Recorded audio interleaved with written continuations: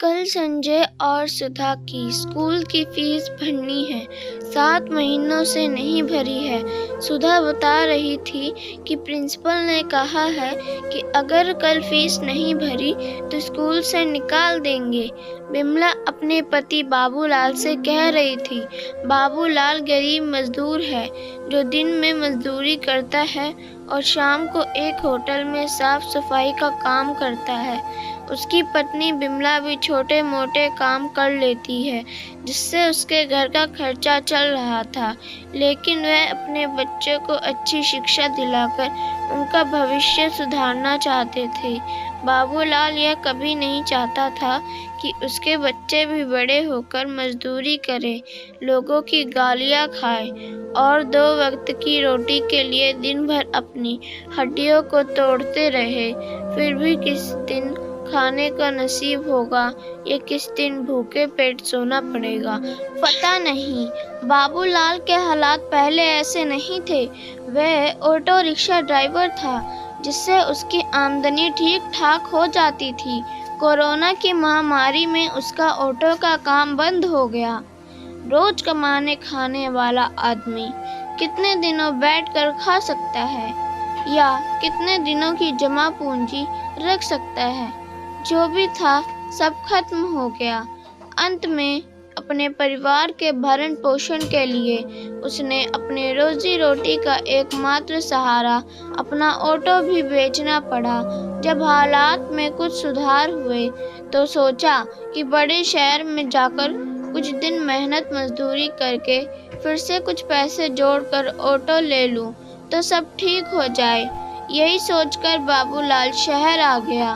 अपने परिवार के साथ रोज सुबह हजारों मजदूरों के साथ चौराहे पर खड़ा हो जाता कि कोई काम मिल जाए, लेकिन मजदूर को रोज काम और भरपेट भोजन मिले इस बात की तो कोई गारंटी नहीं होती। वही बाबूलाल के साथ भी होता। किसी दिन काम मिलता, किसी दिन नहीं मिलता।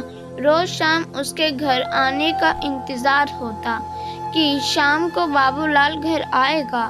कुछ कमाकर तो घर का चूल्हा जलेगा, नहीं तो पानी पीकर ही गुजारा करना पड़ेगा। इसी तरह धीरे धीरे सब चल रहा था।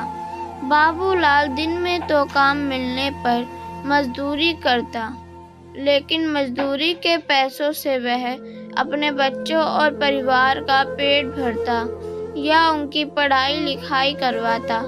इसीलिए उसने शाम के 6 बजे से रात 2 बजे तक एक होटल में काम करना शुरू कर दिया। बच्चे भी पास के सरकारी स्कूल में पढ़ने जाने लगे। समय कट रहा था कि ठंडी की एक ठिठुरती रात थी। एक पुराने से कंबल में बाबूलाल सिर से मुंह तक छुपाए ठंड से बचने की कोशिश कर रहा था। उसे ऐसा लग रहा था जैसे कि उसके सारे शरीर में बर्फ जम गई है। इतनी ठंडी तो उसे कभी नहीं लगी, फिर आज क्यों? उसने बिमला से कहा, बिमला, आज ठंड कुछ ज्यादा ही है क्या? बिमला, जी ठंड तो है ही, लेकिन कल भी तो ऐसी ही ठंड थी। छोटी सी जगह में आग भी तो जलाने का डर लगता है, नहीं तो थोड़ी गर्माहट तो मिलती। देखती हूँ कुछ और है क्या ओढ़ने के लिए। बिमला ने एक पुरानी सी चादर लाकर बाबूलाल के ऊपर डाल दी, लेकिन बाबूलाल काम पर जाने की हालत में नहीं था। 5 दिन हो गए थे। इसी तरह बुखार चढ़ता उतरता रहा। खाली पेट दवा भी क्या असर करती। बाबूलाल के काम पर न जाने से खाने पीने की भी दिक्कत बढ़ गई। किसी तरह 2-3 दिन बीत गए। अब घर में खाने के लिए भी कुछ नहीं बचा।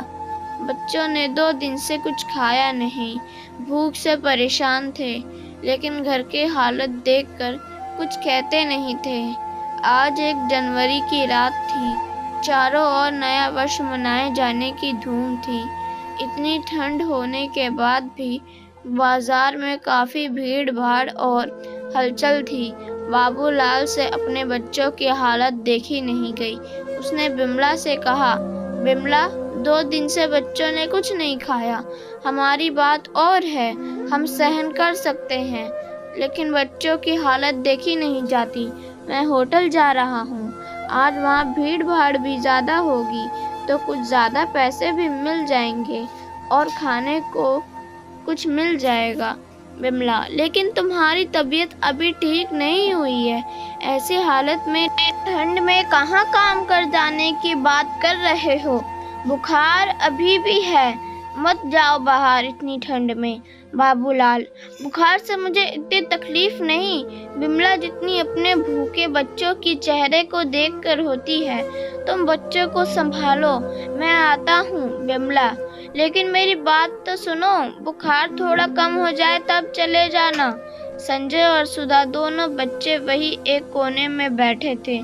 संजय ने इस हालत में जब अपने पिता को जाते देखा तो उस नन्हे बच्चे से रहा नहीं गया। वह दौड़कर बाबूलाल से लिपट गया और बोला, संजय, पापा, बुखार में बाहर मत जाओ।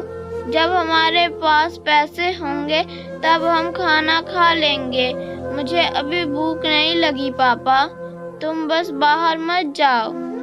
बच्चे की बात सुनकर बाबूलाल अपने आंसू नहीं रोक पाया और बोला, बाबूलाल बेटा, मैं बिल्कुल ठीक हूँ, तुम चिंता मत करो।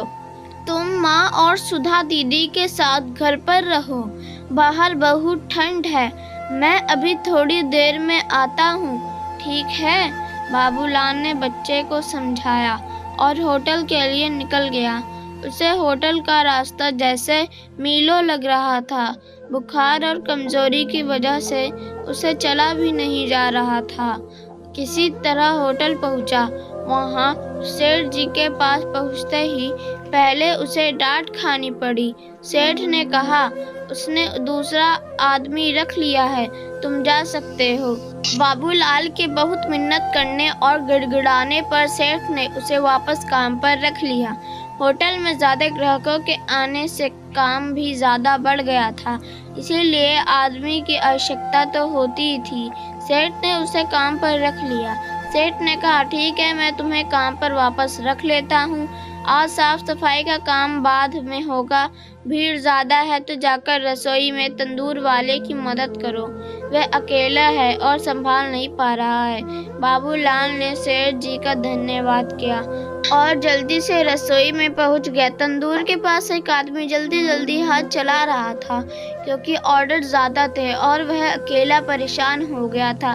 तभी बाबूलाल उसके पास पहुंचा और बोला, भैया, सेठ जी ने आपकी मदद करने के लिए कहा है। तंदूर पर काम करते उस आदमी ने सिर उठाकर उसकी तरफ देखा और मुस्कुराकर बोला, अरे बाबूलाल, तुम, बड़ा अच्छा हुआ आ गए, बहुत मदद मिल जाएगी। आज फिर भीड़ भी ज़्यादा है और ज़्यादा ग्राहक होने में कमाई भी अच्छी हो जाती है। चलो अब मेरी मदद में लग जाओ। बाबूलाल ने तुरंत अपनी सदरी एक तरफ रखी और काम में लग गया। थोड़ी देर बाद तंदूर पर पहले से काम कर रहे उस आदमी ने कहा, बाबूलाल भाई, तुम रोटियां तंदूर में लगा दो, जरा बाथरूम से अभी आता हूँ। बाबूलाल भी तेजी हाथ चलाने लगा क्योंकि ऑर्डर की लाइन लगी थी। एक तो तेज बुखार और 2 दिन से कुछ ना खाने की वजह से उसे अचानक से सिर में जोर से चक्कर आ गया और वह तंदूर पर रोटियां लगाते लगाते गिर पड़ा। उसे इस तरह गिरा देखकर वहां काम कर रहे और लोग उसकी मदद के लिए दौड़े, लेकिन तब तक देर हो चुकी थी। यमराज तंदूर का रूप धारण कर उसके प्राणों को हरण कर चुके थे। चारों तरफ अचानक से डर और अफरा तफरी का माहौल हो गया। सेठ जी ने तुरंत पुलिस और एम्बुलेंस को खबर की और बाबूलाल को अस्पताल ले गए, लेकिन अब उससे कोई फायदा नहीं क्योंकि बाबूलाल तो पहले ही अपने प्राण गंवा चुका था। अपनी सारी परेशानियों और कष्टों से मुक्त होकर वह इस संसार को विदा ले चुका था, लेकिन वहाँ झुग्गी में उसका भूखा परिवार उसके आने की राह देख रहा था।